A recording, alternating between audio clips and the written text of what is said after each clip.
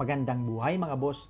Ngayong early bird breeding season ng 2023, kami ay may nagamit na matatandang inahin mga boss. Ganito ang ginawa naming diskarte.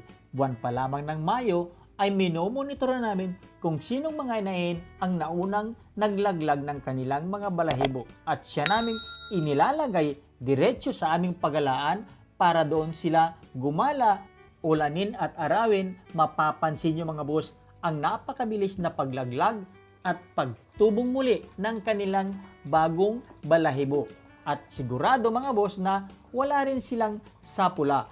Pagdating ng breeding season, piliin nyo na lang yung may kumpletong balahibo at may maayos na pangangatawan. I-priming nyo na kaagad para mayroon kayong magamit na golden hen na subok na ang mga anak sa ibabaw ng ruweda.